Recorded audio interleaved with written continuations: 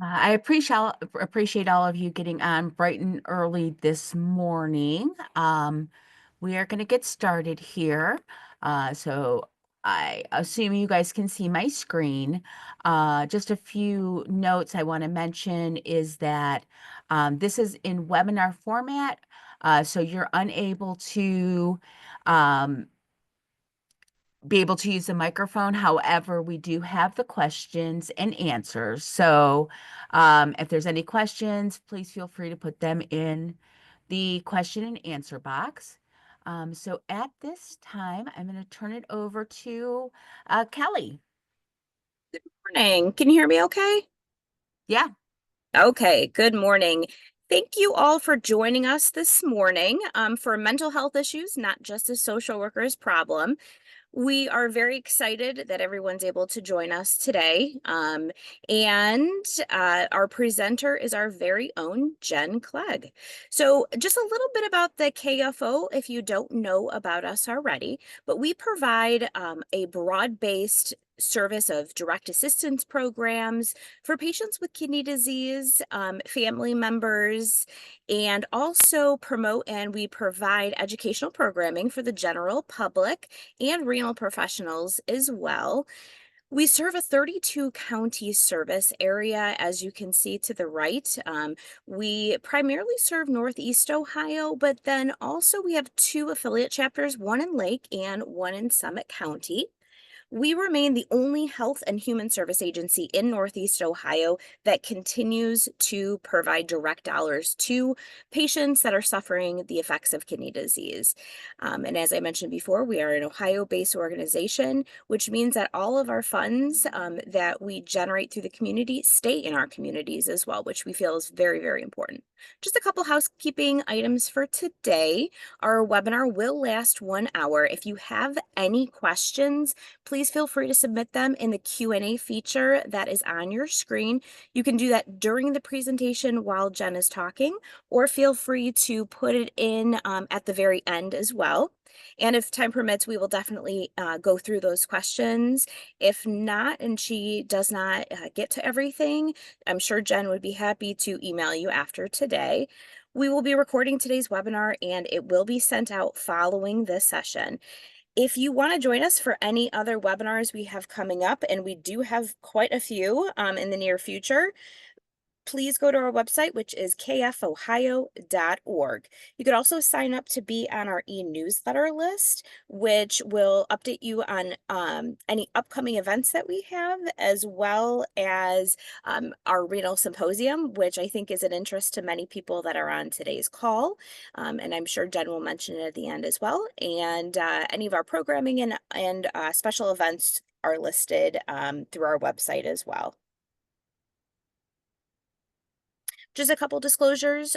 Jennifer Clegg, MSW, LISW-S, has indicated that she has no financial connection or interest to the webinar itself, or conflict of interest, I'm sorry, for the webinar. This webinar is being presented with no commercial financial support.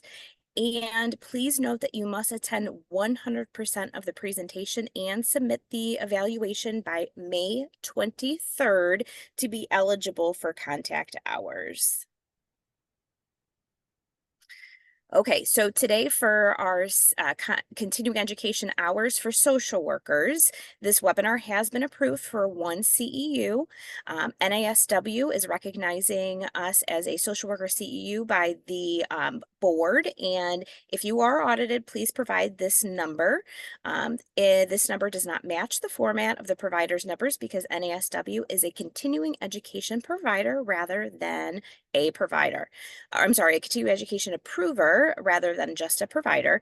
This continuing education activity was approved by the Ohio Nurses Association and Ohio Board of Nursing Approver, and the activity number is listed here as well. Thank you, Kelly. I Look forward to sharing this webinar with you today. So as Kelly mentioned, my name is Jen Clegg. I am a licensed independent social worker, have worked in the mental health and addiction field for nearly 20 years, and most recently have worked in the dialysis centers and have been with the Kidney Foundation for about a year and a half. So just here to talk to you a little bit about mental health that affects patients with chronic illness. Um, so May is the Mental Health Awareness Month, and I think it's important that we, think about our patients and our clients that we're working with and the impact that mental health has on their life. So before we get started, I want to do a poll here. So if you could take a minute and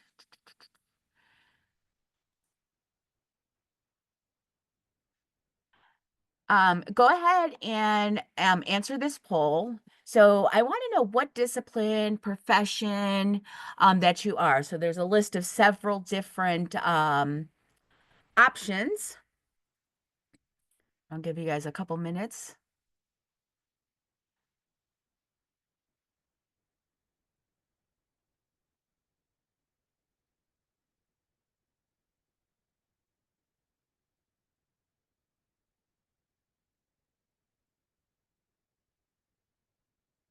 You didn't think I was going to be asking you all questions early this morning, but all right. So it looks like the majority of our participants are social workers, and followed behind by nurses. We have some community health workers, patients, family members. So, I think it's interesting when we look at um,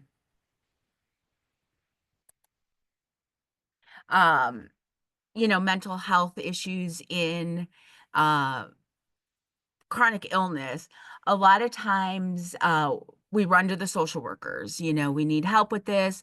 This patient is struggling with this, that, or the other, and we run to the social workers. And I think it's important to understand that with social workers, we are really good at our jobs. This is what we do, but to also understand that there's ways as other disciplines can work with patients who do have mental health disorders.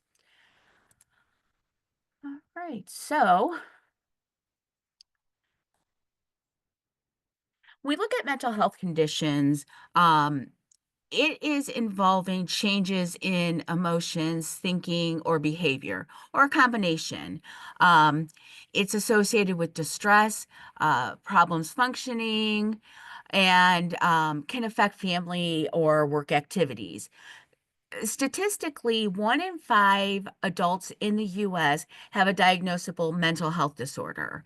And this is the general population, not just people with chronic illness. And 1 in 6 adults have substance use disorder. And so when we think about chronic illness, how in many times these things can be exacerbated. People diagnosed with chronic illness are at an increased risk of developing mental health disorders. And so some of the statistics that we looked at show about 29 to 30% of people with chronic illness have depression, and about 19% of patients with chronic kidney disease struggle with anxiety. There's also other components such as stress. And interestingly enough, is looking at adjustment disorder. And so, when we think about adjustment disorder, a lot of times patients kind of fall into finding out that they have a chronic illness, whether it's kidney disease, diabetes, cancer. All of these things can be, very hard on a patient and cause some distress. So this was a for a graphic that I found that I thought was interesting, looking at just kind of um, the percentages of patients with mental illness, and then looking at serious mental illness. When we look at serious mental illness, we're talking about like schizophrenia, bipolar disorder, psychosis, where um, and kind of looking at treatment of mental health, and I think it's really interesting, is that it we don't have a lot of patients that are seeking mental health services, which is unfortunate. So it's something that I think we need to be aware of more, and how to get patients the services that they need, so that they can be in a better place to be able to manage treatments, manage their daily activities, and things like that.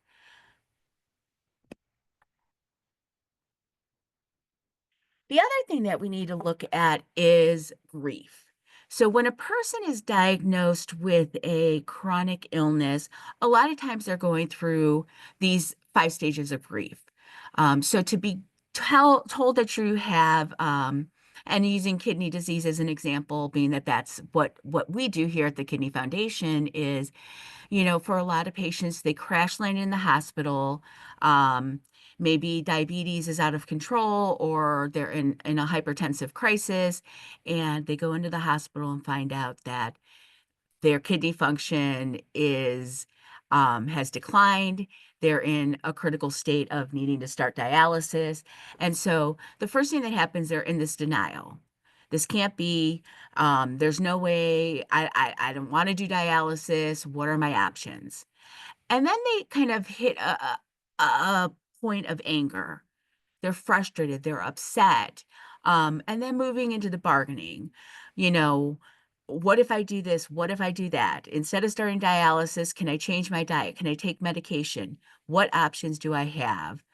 And then they kind of go in this cycle of depression, realizing that this is kind of like where they're heading.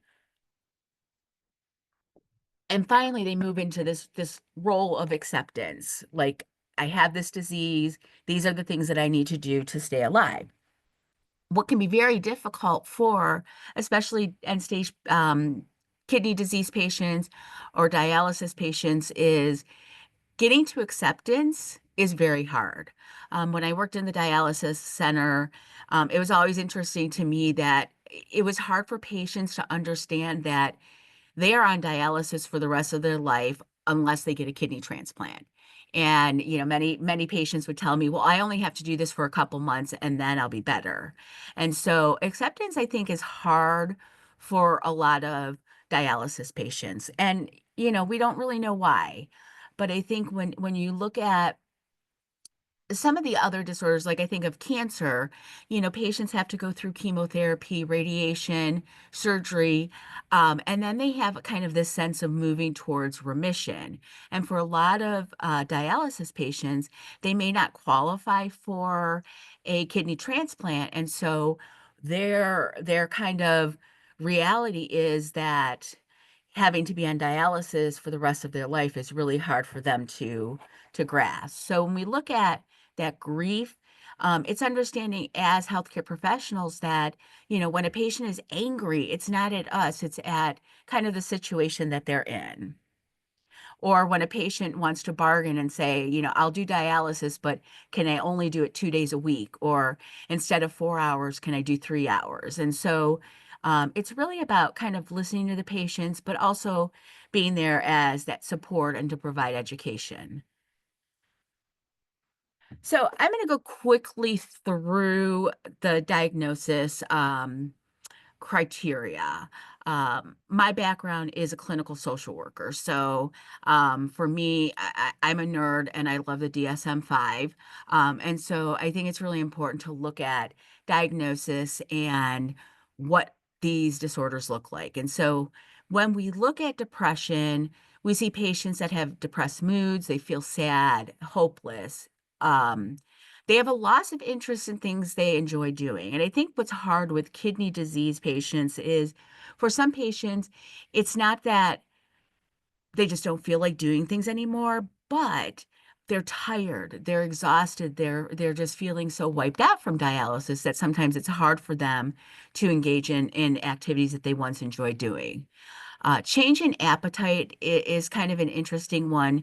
We do see this with um, major depressive disorder, but we also see this as general for people with chronic illnesses, depending on their chronic illness, but especially with dialysis patients, it's not that they're depressed, they just have no appetite. And so, kind of being able to decipher, is this a depressive symptom or is this something related to dialysis?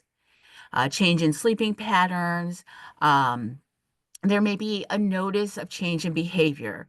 Some motor agitation can happen nearly every day, often feeling tired or fatigued, which again can either be because of the dialysis, or it could be just because they're feeling depressed.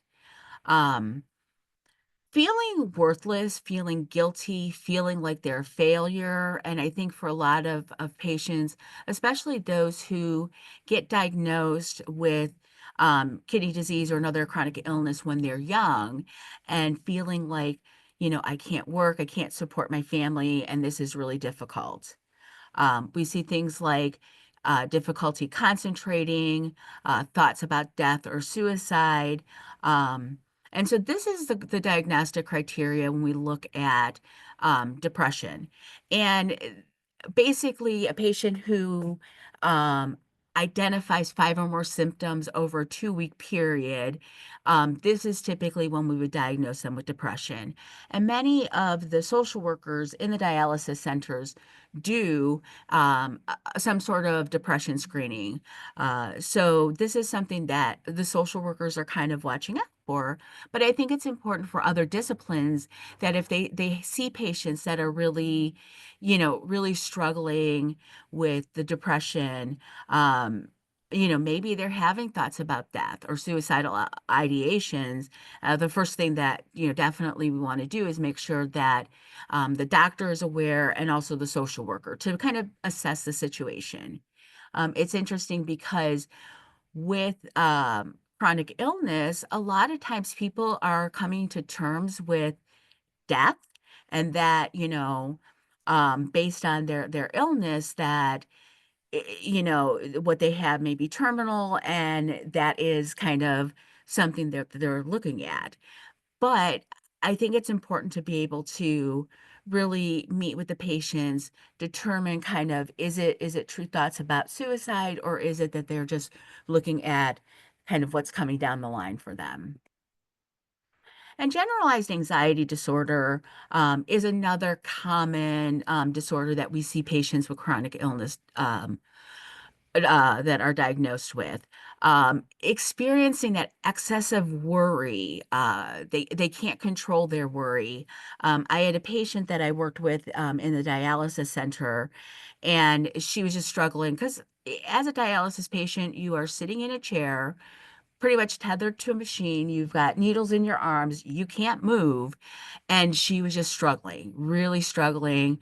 I went and talked to her, and she's like, I just feel like I need to run through that window right now. And, again, it's being able to sit with that patient and talk with them and help them to kind of, um, like validate their feelings, but also be able to give them some ways to help them manage these disorders.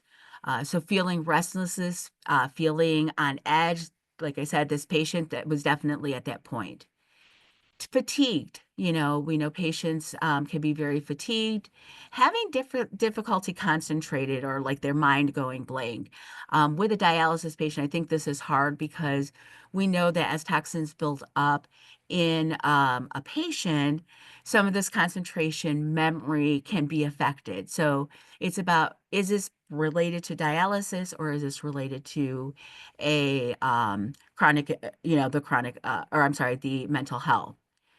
Irritability, tension, and sleeping disturbances. So in generalized anxiety disorder, patients typically will meet three of the criteria, um, and it impacts their normal functioning, and they're experiencing this, more days than not over a 6-month period. So I bring adjustment disorder, and there's not a lot of research around adjustment disorder and chronic illness, but I think it's something that really brings a note for us to think about because, again, a patient who's living a very normal life, they're working, they're enjoying time with their family, they're doing things that they would normally do, and they're hit with this disorder, they're hit with this diagnosis, and they don't know how to handle it. So we look at adjustment disorder, and typically this is usually resolves in about 6 months, but it's this emotional or behavioral symptoms in response to and identifying stressor. So being diagnosed with a chronic illness can absolutely be that stressor. And symptoms can include, feeling distressed, that is out of proportion to the severity of the or the intensity of that stressor, um, or also significant impairment in social, occupational, and other areas of functioning. So we see patients that kind of experience just a decrease in their quality of life. And when we look at adjustment disorder, oftentimes there are like specifiers with depressed moods or with anxiety, with mixed episodes. And so for some patients, it may not be that they're diagnosed with a generalized anxiety disorder or major depressive disorder, but this adjustment disorder that they're just trying to kind of figure this all out. So when we look at mental health disorders, it can be very hard to diagnose. Um, we know that for people with chronic illness, that feeling tired, low energy can be an absolute huge part of just the medical condition and not necessarily a mental health component. Appetite, sleep, having those changes, whether it's insomnia, they're sleeping all day, um, can be a piece. Worry, irritability, and guilt. And so, what we want to look at is what came first. Was it the chronic illness or was it the mental health symptoms? And I think it's something that, as social workers, um, I know when I do my assessments, I do ask the question like any history of mental health disorders, depression, anxiety, that started before before this chronic diagnosis, because then, it's kind of understanding that this may be, more of a mental health disorder as opposed to the impact of a chronic illness. But we also know that having mental health can get exacerbated by these diagnoses. So we look at chronic illness, patients are often blindsided by their diagnosis. And so these are just a few diagnoses. Obviously, um, it's definitely not an exhaustive list, but things like cancer, um, Parkinson's disease, kidney disease, lupus, autoimmune disorders, even things like Alzheimer's, um, these are things that may come out of nowhere. Now, for a lot of in a lot of situations, there are chronic illnesses that people know whether it's because of genetic or um, kind of like family history that, patients know. I think of patients with polycystic kidney disease. Typically in that situation, it's a family, genetic kidney disorder, and that typically a parent has it and then the child develops it. And typically they're diagnosed early on, but not necessarily to a point where they're going to be put on dialysis immediately. I mean, some don't even necessarily transition to dialysis, but it's something where um, even when patients know that this is kind of the trajectory of their disorder, they can still be, blindsided of the reality that this is happening. So when we look at mental health and transplant, I think this is a really interesting topic, and I could do like a whole hour presentation on this. But when we look at mental health and transplant, mental health disorders can affect compliance with medication. So that depression, may lead a patient to not want to take their medications, which then can lead to rejection. Um, I had a patient that I had worked with who had received a transplant. I want to say he was 5 years post-transplant, doing really well, and he lost his mother. His mother had passed away, and that distress caused him to just go into a deep depression, and he stopped taking his medications. He stopped following up with the doctor, and that was something that he ended up losing his transplant, having to return back on dialysis, which obviously affected his depression even more. And so, understanding how, and I know that the hospitals that we work with for transplant do a really good job at doing assessments on patients to make sure that there are no underlying mental health disorders, and if there are, how to get them the help that they need so that they can be successful with their transplant. The other thing with transplant is the excessive worry and stress around rejection, um, excessive worry around illnesses. And, I know when we were dealing with the height of COVID, the concern for a lot of patients to even leave their house after transplant, because they were that fear of contracting COVID, ending up in the hospital, losing their transplant. And so, that could be a really, really difficult thing for patients is, that constant worry, that constant stress over doing something that may lead to rejection. And so, especially when we look at anxiety and transplant. Um, Medication side effects, and I think it could be interesting with the medications. I mean, for patients that are put on anti-rejection medications, they have a whole plethora of side effects, and some of those side effects can be affecting the patient's mood. One example is, most transplant patients are put on steroids, and typically in the beginning they're on high doses of steroids. Which steroids can definitely affect a person's mood, making them angry, having them struggle. And I think it's important for patients to kind of understand that those moods are related to the side effects of the medication, and not necessarily um, kind of truly what they're feeling, but to be able to have some coping skills around that. And finally, survivor skills. And I think survivor skill can be really tough um, for patients who receive a transplant from a deceased donor, knowing that someone lost their life to in order for that recipient to live can be really hard. And I think that's something where, especially with patients who are dealing with this, how important it is to be able to have them connected with a therapist or a counselor. Um, and so, obviously transplant again can be cause effects as far as mental health is concerned. So what do we do? How do we help our patients? And for those on the call who are social workers, this is stuff that we've been trained for and how to deal with it. Although even we could be trained, years and years of schooling and education and experience, and still have those situations that really pull on our heartstrings. One of the things I think is really important is empathy. Empathy is so important for these patients. They don't want to hear like, oh yeah, I know exactly what you're going through.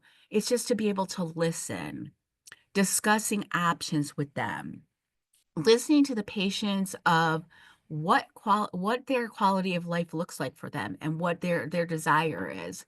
Um, One of the things I put on here is discuss treatment options. So, especially for dialysis patients, um, many patients, if they do crash land into dialysis, they go directly to hemo.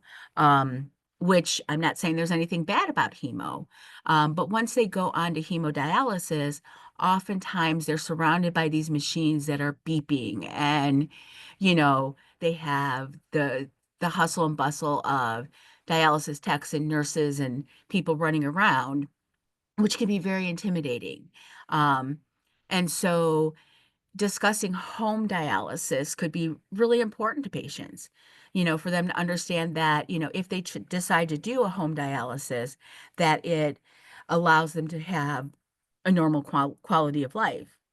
Maybe they continue to work or, continue to enjoy time with their family or their grandchildren. And so I think that is something that really helps patients to be able to have that autonomy of making the decision of choosing the dialysis that works best for them. I think one of the most important things is really about listening. Um, sometimes patients just want to vent. Sometimes they just want to get off their chest what they're feeling. And so to be able to listen and show that empathy. Also, understanding that the patient's actions may not be directed at you, which is really hard. And I think in healthcare that, we a lot of us healthcare workers do get abused by patients. They're saying things, they're yelling at us, and that could be really hard. But sometimes it's understanding that when we talked about those stages of grief, that that patient may be in um, that section of anger. And so what they're feeling isn't necessarily directed to us. And to be able to talk to that patient and say, you know what, you're really going through a hard time right now. What can we do to help you get through this? And it's important, I think, when we look at, um, patients that are dealing with these mental health issues on top of chronic illnesses, and then we put in other comorbidities because most patients that are on dialysis usually don't just have kidney disease. They may also have heart disease. They may also have, um, things like lupus or, obviously high blood pressure. They may have cancer. And so there's a lot of things that are going on that just trying to unravel it all could be really difficult. So one of the things that I want to talk about is the stages of change. And so for those of us who have been trained in motivational interviewing, are probably very familiar with the stages of change. And so when we start with the stages of change, um, for a lot of patients, um, they're struggling, they're angry, they're frustrated. Maybe they're not compliant with their treatments or not compliant with their medications. And what can we do to help them to kind of move towards those changes of being positive? So when we look at the first stage of change, and I love this diagram of the circle because when we look at the stages of change, people don't move in a linear pattern. They don't go from pre-contemplation to contemplation and then they boom, boom, boom, go straight in a line. They move back and forth in a lot of these areas. But when we look at pre-contemplation, this is where th- they have no desire for change. They are not even at a point that they realize that there's a problem, and so maybe their non-compliance with their medication, um, maybe they're not coming to treatment, whatever the case might be. We want to try to help them to be able to make some changes. And it may be small changes. So maybe they're non-compliant with treatment. They're coming maybe 1 day a week. And if we can try to move them to a point of at least trying to come 2 days a week, so that we can get to that point of where they need to be. Contemplation that they're recognizing that they have a problem, that there's something going on. They're just not ready to address it, but they're thinking about it. And I think when we look at um, that contemplation stage and then also preparation. They're getting ready to make some changes. They're, considering it. They're considering what changes they need to make. I think this is what's important is really to be able to listen to what patients are saying. Um, and with motivational interviewing, there's really a lot of focus on change talk. So hearing what the patient is saying that is leading towards change. So maybe what they're saying is they recognize that when they miss their treatments, they don't feel well. maybe they end up in the hospital. So they know that it's important to come to those appointments. And so hearing that, that's starting to hear some change talk. They realize this is what they need to do. They may be not ready to accept that and, come 3 days a week and, you know, but they're at that point of that change talk. And this is where education and listening comes into play. So action is really when they're ready to make a change. They're recognizing like this is what I need to do, whether it's medication compliance, whether it's working towards getting on the transplant list, which could be very intimidating for our patients with kidney disease. Um, so helping them to move to that action stage, um, to be able to start making changes. And the thing that's really important with the stages of change, it's not us as healthcare professionals what we want to see change, it's what that patient is willing to change, which can be really difficult because, we want what's best for our patients and we want to move them along faster than they're ready to move. And then maintenance is once they've gotten to that point, they're recognizing that, you know, they need to make those changes. They need to get in that action mode, and just maintain what they need to do. Coming to dialysis 3 days a week, attending their transplant workup appointments, taking their medication. Um, but throughout this whole kind of circle of change, there can be this point of relapse where they go back to that old thinking. Do I really need to be on dialysis? I miss a day of dialysis and I feel better. Why do I have to keep going? And so it's about, that constant moving back and forth that we see. So along with motivational interviewing and looking at that change talk, they have the darn cat. So it's interesting. I think of when I originally got trained in motivational interviewing, we had the darn, and then it became the darn C. Now it's the darn cat. Um, but it's listening to the patients, to their desire to change. They're saying, "I want to make changes." And then the ability, I can make this change. You know, I can ask my, you know, sister to drive me to dialysis each day. Um, why the reason why the change is important. I know that if I want to get a transplant, I need to be compliant with my treatments.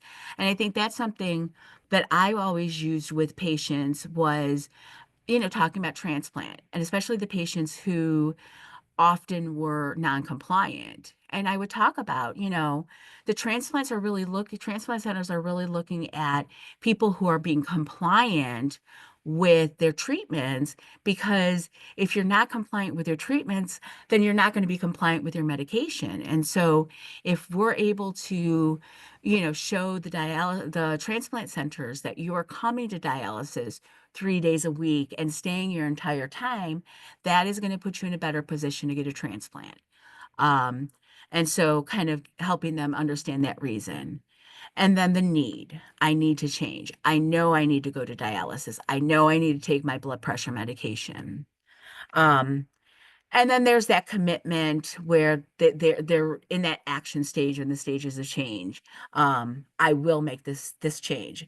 I will get a medication pill box so that I can keep track of my medications.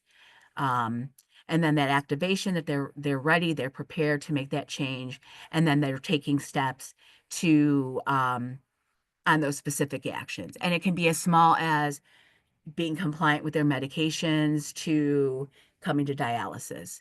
And so when we look at the kind of these interventions and with motivational interviewing, again, another topic that I could spend, multiple hours training on is kind of one of the things that motivational interviewing focuses on is ORS, which is asking open-ended questions. If you ask a patient, you know, how are you feeling today? Fine. But if you ask a patient, I know at the last treatment your stomach was bothering. How are you doing with that today? Um, being affirming, I understand that this is difficult for you. Um, and reflecting back what you're hearing.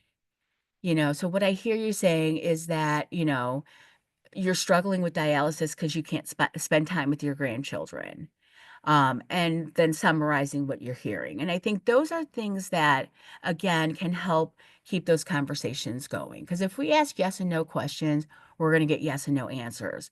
But if we are asking questions that are open-ended, are affirming, that's going to help the patient to feel as if they're valued. And that I think is really important. So some exercises that we could do, and these are things that we can do just chairside with patients, is some breathing exercising. So exercises. We know that breathing can slow your heart rate. It can also lower your blood pressure.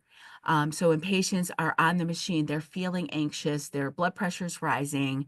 Um, Being able to use some breathing exercises is really important. And one of the exercises that I like to use with patients is the box breathing.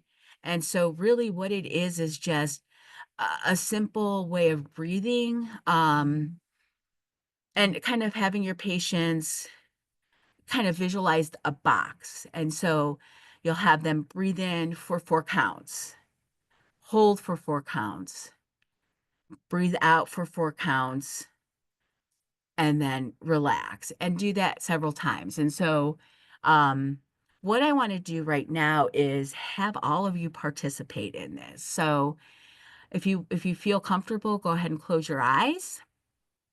But just sitting at your desk, and this is a tool that is great for us as healthcare workers when we're dealing with stress, but also our patients. And so what I want you to do is go ahead and breathe in for 4 counts.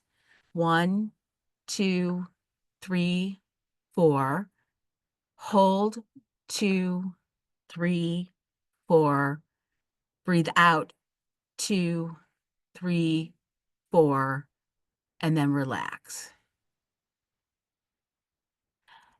And this is something that, you can do multiple times, and even get to a point where maybe they want to do it for 6 seconds or 8 seconds. Obviously, we don't want patients passing out, but to allow them what they feel comfortable with.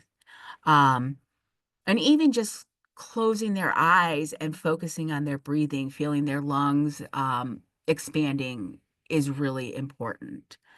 Um, Another activity that I will do with patients and um, is utilizing obviously mindfulness. There is the mindfulness kind of grounding activity, um, which is also known as the 5, 4, 3, 2, 1. And so with this activity, it's about, having patients who are really anxious, really struggling on that machine, having them kind of sit, close their eyes, or actually the first one, you want to have them open their eyes and have them find 5 things that they could see and identify them. So maybe it's a chair, a window, the dialysis machine, and then allow them to identify 4 things that they can hear. So maybe it's the, air conditioning kicking on the room that's already 30 degrees that it feels like to some of the patients. Um, the machine beeping, maybe hearing, the staff talking. Maybe there's a patient with their, music on their phone. And so again, identifying 3 things that they can hear. Again, it's just kind of bringing them, grounding them, bringing them in the here and now. Um, Identify 3 things that they could feel. Maybe it is the, uncomfortable chair with no padding on it that they could feel. Maybe it's the blood pressure cuff around their arm. Have them identify 2 things that they can smell. So many dialysis, maybe it's the bleach from the chair that's been washed. Maybe it's someone's perfume. And then one thing you could taste. And I'm going to steal kind of an idea that came from one of my colleagues who had shared that a lot of times she'll have mints. for patients, um, and have them put a mint in their mouth and kind of ground them to what they're tasting. And it could be having two different mints. So, maybe a peppermint and a spearmint, and that slight difference, allowing them to really focus on the here, on the now, instead of focusing on the what ifs and all the stress and all the anxiety that's going around. The other thing that patients can utilize are calming apps. So, in today's day and age, people don't go anywhere without their phones. At least most people don't. But there's things like the Calm app, Headspace. There's free apps that patients can put on their phone that can help them to ease anxiety, calm themselves down, even if it's just maybe listening to music, um, playing music that makes them feel uh, comforted, just something to be able to get them out of their head of what's going on. And these are interventions that you don't need to be licensed to do. You don't need to be a licensed social worker or a psychologist or psychiatrist. These are things that can be done.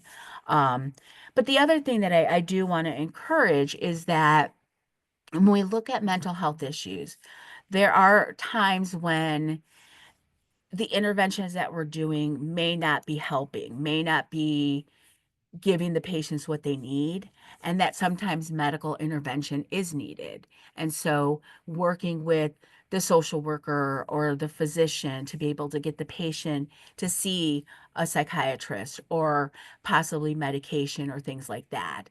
Um, one of the medications that one of the doctors that I used to work with, that he would prescribe for patients, especially with depression, is Remeron or mirtazapine, because that medication helps with depression, but it also helps to increase appetite. And so when we have patients who are dealing with um, the stressors, that are dealing with just that depression, things that are going on, they're not eating, this medication can be beneficial for two ways. The other thing I think that's really super important is social supports, whether it's getting involved in support groups. I know that we have in the Cleveland area, we do have a kidney education support group to help people that meets monthly. There's a lot of online support groups that are really important. Um, or even just having friends and family that can help support you through this is really important. And so it may be talking to patients about who are their supports. And it's hard because I think for some patients, they may not have those supports and it may be difficult for them to think of it. But it's also about talking outside the box. Like, maybe they have their friend on Facebook that they went to high school with and haven't talked to them in years. And that's a person that they can, kind of reach out to. Maybe they have a support at their church or mosque or, temple that they can rely on. Um, but it's finding the things of support. Maybe it's they go to yoga, and they have the support of the friends at yoga. The other thing that's important about support system is transplant. So obviously, patients need a support system for when they get a transplant to have that being able to help with the medical needs afterwards. When we look at the importance of support systems with mental health, I mean, having that person to confide in, having that person that can help kind of talk you off the ledge, or, be able to provide you with things outside of what when people are stuck in their head and they're focused and worried about things, to have that person that can just, sit with them and talk with them, make them laugh, whatever that case might be. So having a support system is extremely important. And for some of our patients, their support system may be that staff that work at the dialysis center, you know, that tech that comes over and sits next to them and talks about, how are your grandkids? How is the new puppy doing? Again, that is a huge support system for our patients. And, when I worked in dialysis, I think one of the things that I valued most were our nurses and techs, because as a social worker, I'm not in the unit all the time. I worked at multiple units, but the techs and the nurses were the ones that see these patients every day, that notice when something's wrong, that notice when they come in and they're not themselves. And to be able to then contact the doctor, contact the social worker to say, can you please sit with, Mrs. Smith? I think she's really struggling today. And so, yeah, support systems are extremely important. So at this time, I want to open it up to any questions. If you have questions, please go ahead and put them in the chat. Or question and answer. One of the questions that came in is, how do you recommend to a patient it might be time to see someone like a therapist without offending the person? And I think that can be very tricky, you know, especially we look at some cultural differences that don't necessarily like to talk with people outside of their family, outside of their friends. But one of the things that I would do with patients is I say, you know what? You go and you're seeing a doctor to help you with your kidneys. You're seeing a doctor to help you with your heart disease. I said, and sometimes, we need to have a doctor who can help us with what's going on with our feelings, with our emotions. Um, and I think it's something that we don't need to really, I mean, it may not be a long-term thing. It may be just to help them to get through this hurdle. But having those conversations. Um, and oftentimes I would try to help to make a referral for that patient, be able to, um, try to get them linked up with therapists that understand chronic illness, because I think that's really important as well. Um, so that's the way that I would handle it. And I think that there's a lot of really good, social workers out there that do have the ways that they're able to, um, kind of encourage that.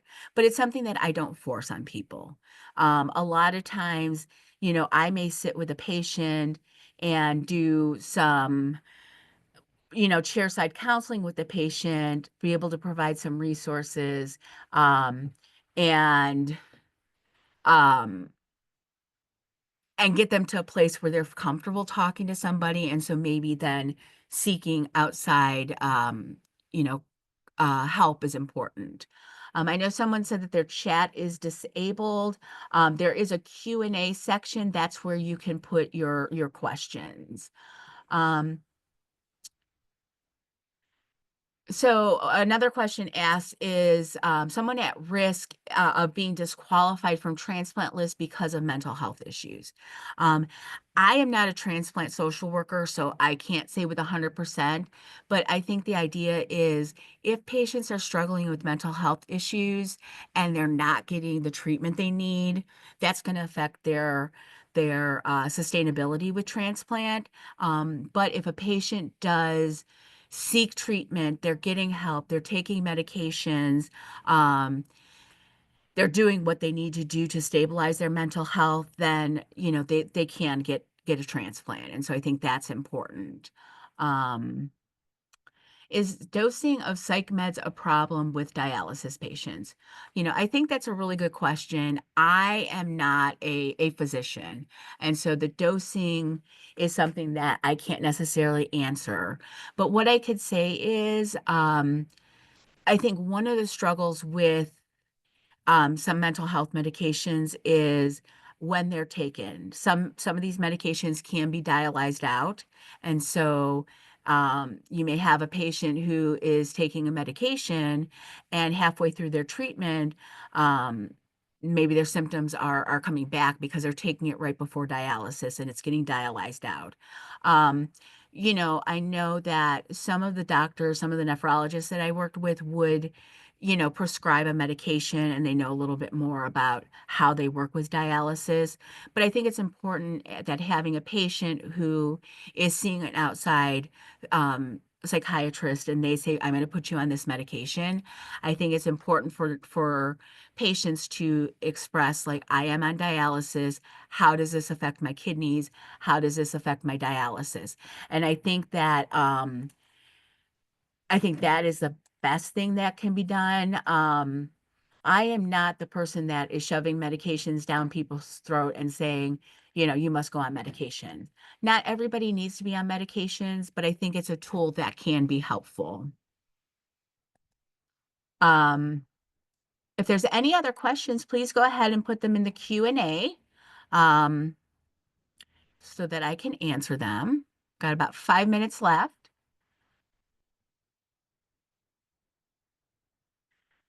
So I guess the most important thing of all of this is understanding that, being diagnosed with any chronic illness can can be really hard on our mental health. It can be really hard on a person's, ability to have a normal quality of life, or interpret what their quality of life should be. So when we look at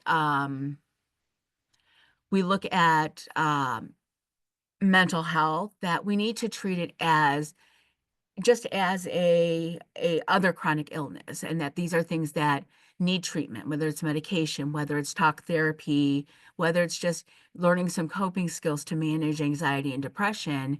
These are all things that are really important. Um, so I had a question that popped up that said, do I have more parent resources for kids with CKD? Um, I wish there was more, because I think, uh, I'm not aware of a lot of resources that are out there. I know that the hospitals, both Cleveland Clinic and University Hospital, and I'm sure others in our state, have really good social workers in their pediatric departments that are good at working with kids and understanding that. Um, but unfortunately, I don't. But I will definitely look into some resources. I think that's something that I will do some research on and share with, share with after this webinar with some responses. Um, so a question that came in asks about survivor guilt after transplant, um, but is post-transplant depression and anxiety normal? And I think it really depends on kind of the situation. I mean, for some patients that do get a transplant, if they have a history of depression, anxiety prior to the transplant, um, that absolutely can be normal. And, hoping that they're, taking care of what they need. They're taking medication or therapy or whatever the case might be.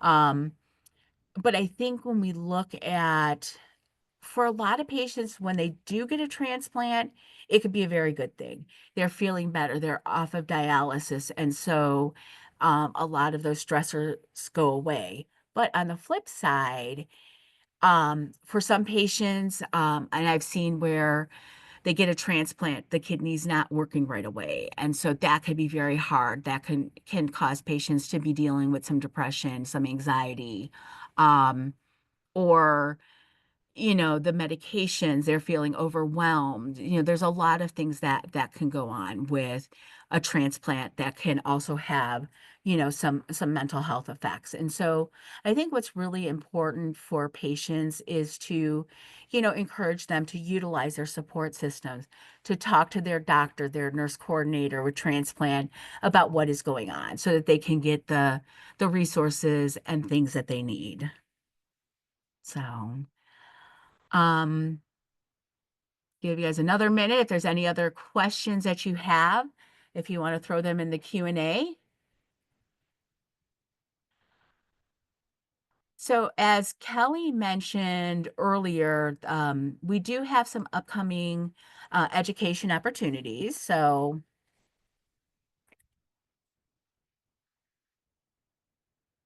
I thank everyone for being on today.